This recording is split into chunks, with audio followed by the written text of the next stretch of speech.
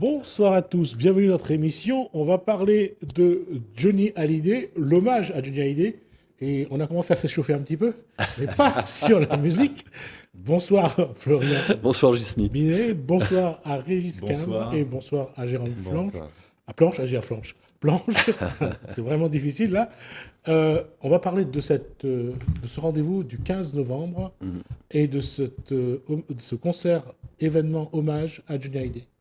C'est ça. Alors, on en est où à ce jour Là, on en est à 3 semaines, un peu moins de 3 semaines du concert, donc qui aura lieu effectivement le 15 novembre sur la scène du théâtre plein air de Saint-Gilles.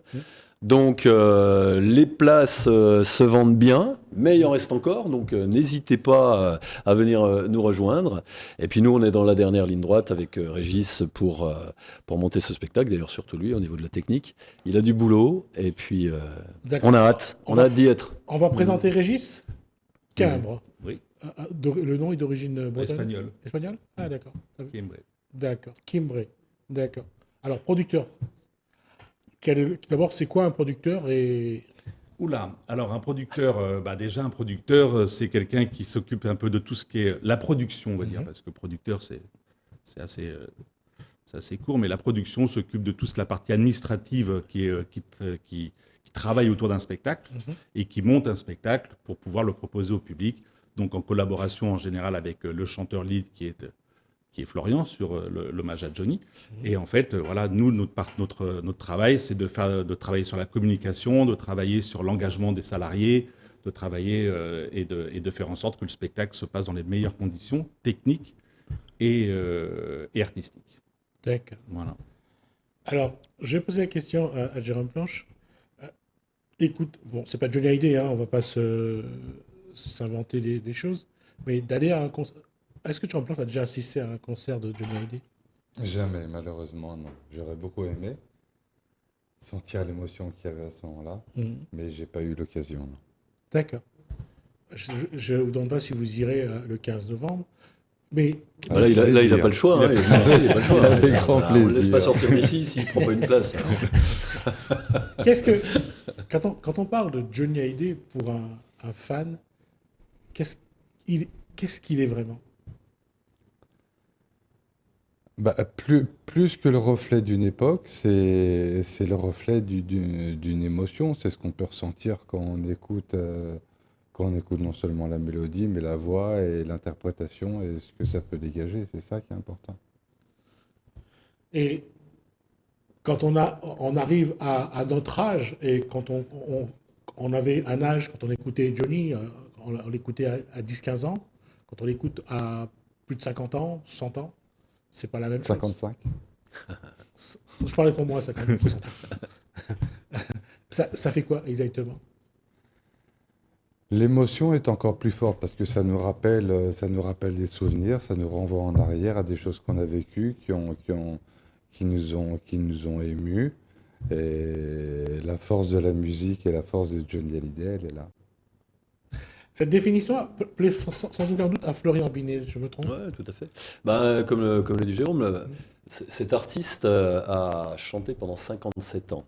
Ça veut dire pour notre génération, on l'a toujours connu. Ouais. Même dans le ventre de nos parents, pour certains, s'ils mettaient la radio, ils entendaient déjà. Donc, comme le souligne Jérôme, chaque instant de notre vie a été quelque part martelé par ces chansons qu'on entendait à la radio, voire qu'on pouvait également voir à la télé.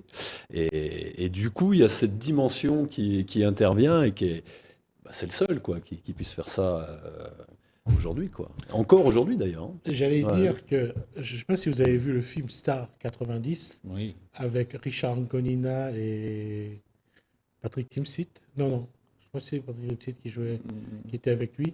Il y avait Richard Anconina, je suis sûr.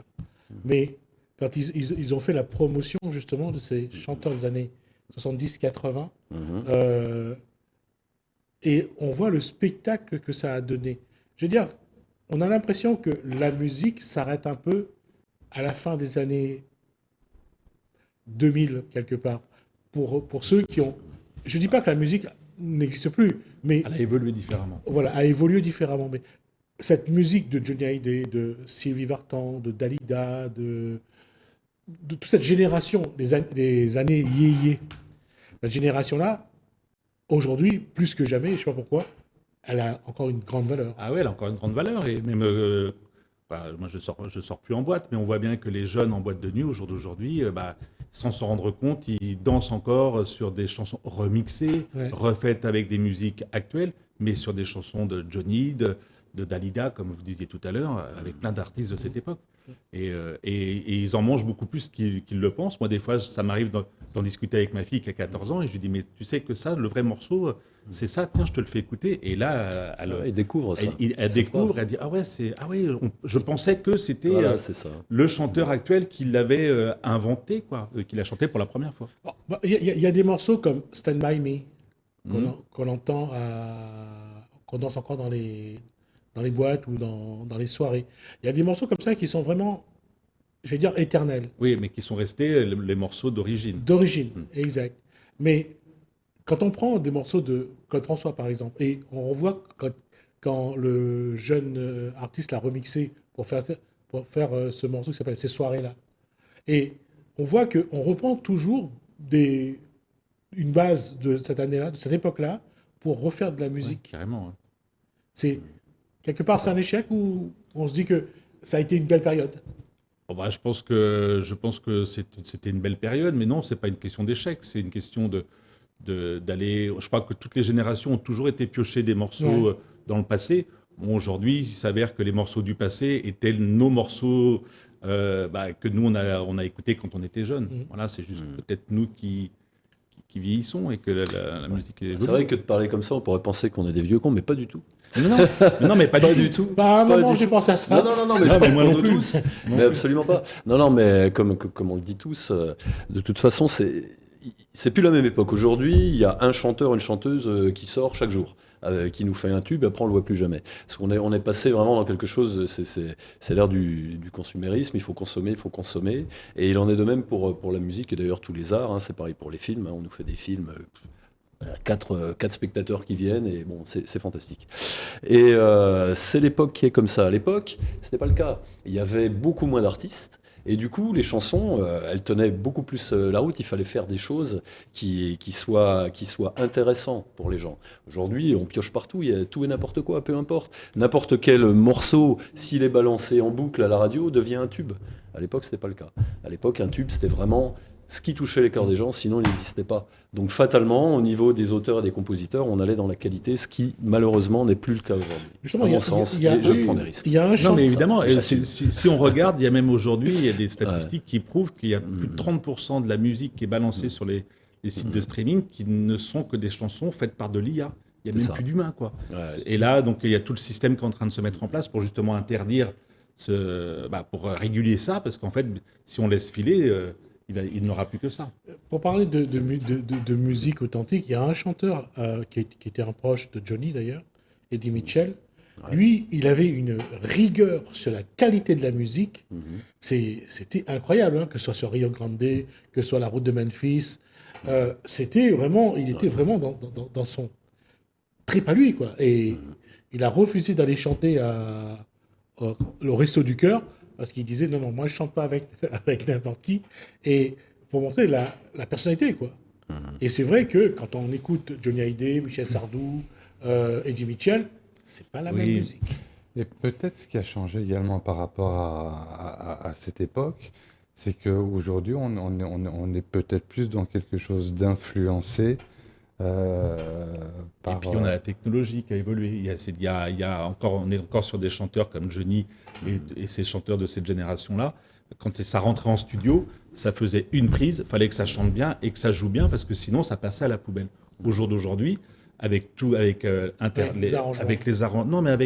les logiciels de son qui existent, je suis désolé, tu prends une chef, tu lui fais faire une chanson, quoi. Exactement. Parce que tu vas faire syllabe par syllabe, la musique elle va se faire tic-tac et ça va passer et on va le vendre en radio. Par contre, c'est des artistes que tu ne verras jamais sur scène ou quand tu les verras, tu feras oh là là là là, mais comment ils chantent mal. Ou alors, du coup, comme on commence à le voir de plus en plus dans la nouvelle génération des chanteurs, ils chantent sur bande.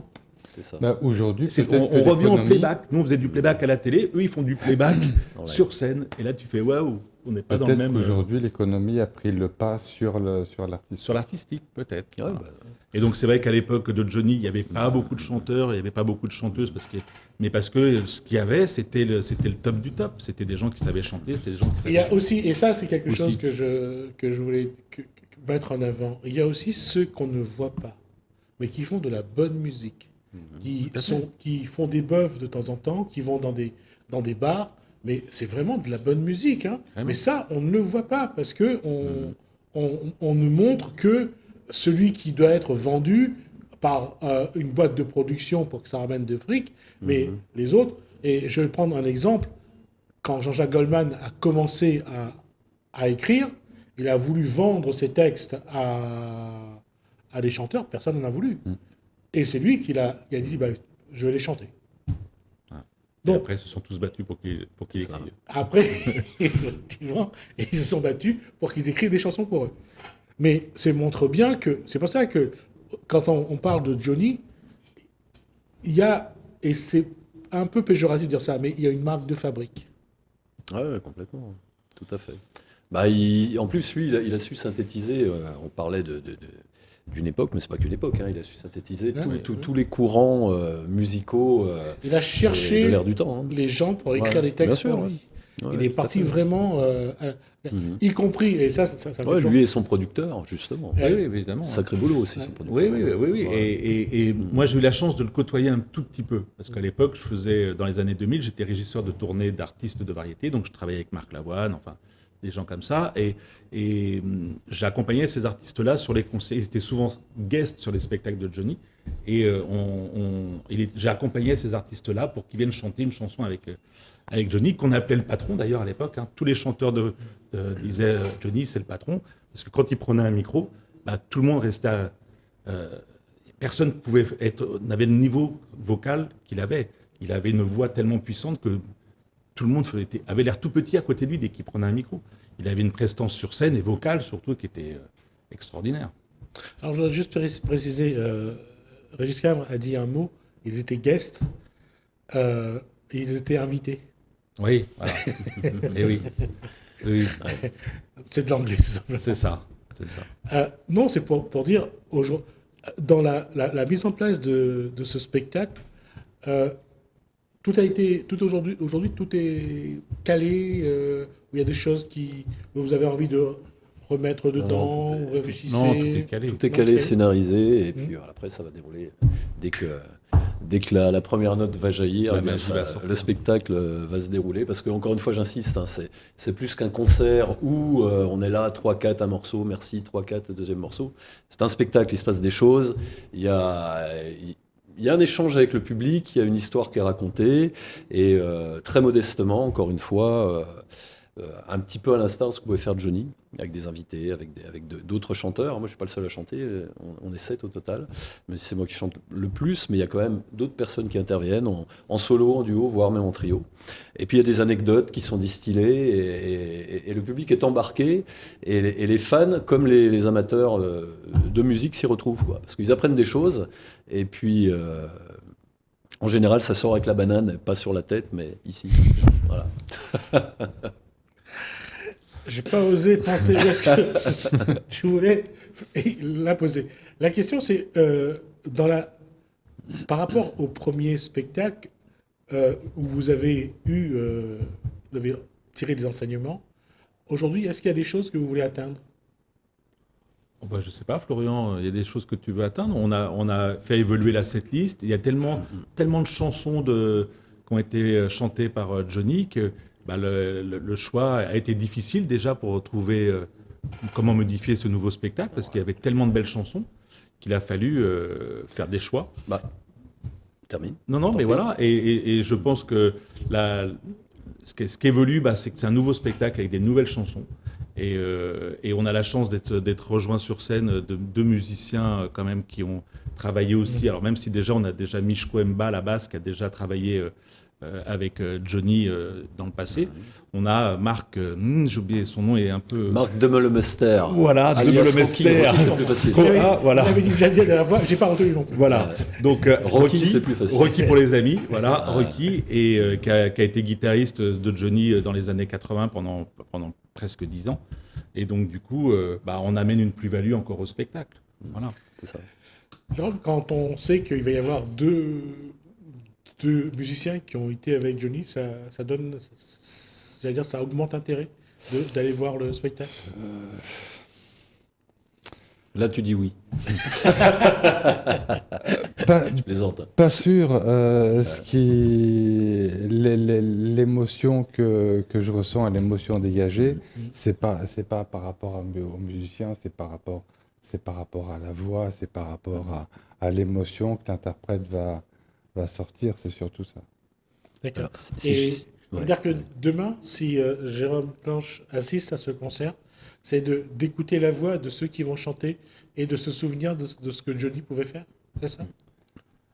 Ça va être l'attente d'une émotion, mais je ne sais pas si on peut pas avoir la même émotion, c'est certain, mais ça va être l'attente d'une émotion et de quelque chose de riche, oui, certainement. Alors, si je puis me permettre de rebondir sur ce que vient de dire Jérôme, et sur la question que tu avais posée tout à l'heure, quelles étaient les attentes, qu'est-ce qu'on cherche à atteindre? Alors, moi, personnellement, je cherche justement à essayer de donner cette émotion au public, encore une fois, qu'ils soient fans, surtout les fans, qui puissent se retrouver un peu, qui retrouvent cette ambiance des concerts de Johnny, et puis pouvoir que l'ensemble du public, pas seulement les fans,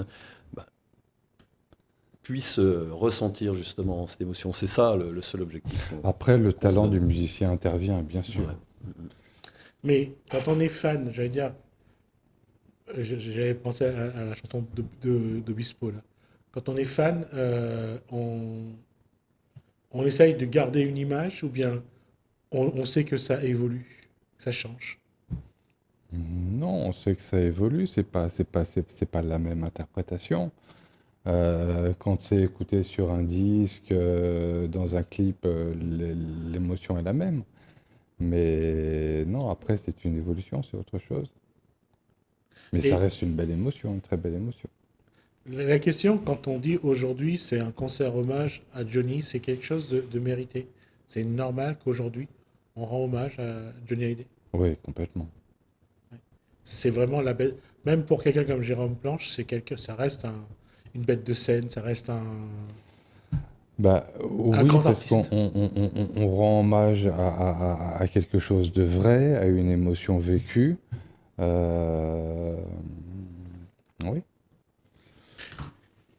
J'allais dire, lorsqu'on prépare ce genre d'événement, là, qu'est-ce qui porte? C'est le fait d'être fan de ce grand artiste, ou bien de se dire, on va vraiment essayer d'être à la hauteur. Et être à la hauteur, ça veut dire le ressembler un maximum ou vraiment faire ce qu'on ressent. Alors, je vais laisser parler. Moi, j'ai mon opinion, mais vas-y, c'est toi le chanteur. Hein, donc, du coup, c'est pas de Alors, réponse. non seulement le chanteur, mais le concepteur de ce spectacle. Oui, Merci de aussi. le souligner, Régis. Non, moi, ce qui m'a motivé, on en a déjà parlé, hein, c'est au décès de Johnny Hallyday. Alors déjà, quand on est chanteur, moi j'aime bien faire le show, je me compare pas, mais j'aime bien faire le show sur scène. Fatalement, Johnny, ça reste quelque part une référence. Ça, c'est le premier temps. Ensuite, quand cette personne décède, au regard de son parcours, de ce qu'il a représenté, c'est quand même le chanteur français, même s'il n'était pas que français, on parlait le jour, il était à moitié belge, de référence. Le maximum de disques d'or, c'est lui qui est. C'est ça. C'est lui qui a le- Donc il a une carrière extraordinaire. Donc la motivation, c'est lui ressembler, c'est impossible. Enfin, je veux dire, il faut pas. Il y en a qui essayent, hein, mais dans ce spectacle, je le dis et je le redis, il n'y a pas d'imitateur et il n'y a pas de sosie physique. On est là tous ceux qui vont prendre le micro, pour délivrer une émotion, pour rendre vraiment l'hommage que Johnny mérite. Et c'est ça qui m'habite dans la démarche. Et je pense que c'est la démarche de tous les musiciens qui sont sur scène. Voilà. Donc, Même au-delà de ça, il y a pas, là, on parle de Johnny en tant qu'être humain, mais c'est aussi ses chansons, les textes, la musique, comment c'est écrit. C'est aussi un hommage aux chansons en elles-mêmes. Il y a Johnny, bien évidemment, parce que c'est lui qui les chantait, mais il y a les chansons, et les chansons, elles sont toujours là. Johnny est disparu. ok, mais les chansons elles sont toujours là, les textes sont toujours aussi forts, les musiques sont toujours aussi belles, et c'est aussi ça, c'est aussi un hommage à cette partie aux auteurs-compositeurs. Effectivement, j'allais y venir. Ouais, c'est vraiment un pan de la musique française, quoi. Avec Johnny Hallyday, c'est tout le package qui est autour également, quoi. Et également le public, parce qu'il y a quand même plus de 30 millions de personnes qui sont venues le voir. Donc ça appartient à l'histoire des Français récente, qu'on le veuille ou non, hein, qu'on l'aime ou qu'on l'aime pas. Et c'est pour ça que les gens s'y retrouvent et qu'il y a vraiment quelque part cette fierté de participer aussi à un spectacle comme ça. Les gens y ressortent, ils sont, on y était, quoi. Voilà. C'est vrai. Et c'est justement, c'est ça, lorsqu'on dit que c'est un pan de la musique française, c'est aussi un pan de l'histoire d'une génération, des années yéyé aux années 2020. La question, c'est aujourd'hui, j'allais dire, et la question est pour vous trois, comment continuer à faire vivre, à maintenir cet engouement, cette liesse, cette énergie que génère un individu grâce à sa musique? En faisant ce genre de spectacle et en étant honnête dans sa démarche, c'est-à-dire ne pas vouloir prendre la vedette, mais rendre un hommage au sens propre du terme. Et c'est ce qui nous habite. On veut vraiment rendre hommage, quoi. Et c'est ça. Et je pense que c'est toute modestie, ce qui fait un peu la différence par rapport à certains autres spectacles où il y en a qui se mettent en avant, nous, il n'y a personne qui se met en avant. Et on est vraiment au service de Johnny. Moi, comme je dis souvent, sur scène, il n'y a pas de star dans ce spectacle-là. La seule star, c'est Johnny Hallyday. Voilà, c'est tout. Point barre. Faire la promotion et écouter, la mémoire n'existe que parce qu'elle est entretenue. D'accord. Tout à fait. Alors, on va juste rappeler que le rendez-vous est donc le 15 novembre. Samedi 15 novembre, 20h, sur la 20h. scène du théâtre plein air de Saint-Gilles. De Saint-Gilles-Léo, je vais quand même préciser que c'est à Saint-Gilles-Léo. Ouais. Ouais, parce que moi j'ai toujours l'habitude de dire Saint-Gilles-Léo.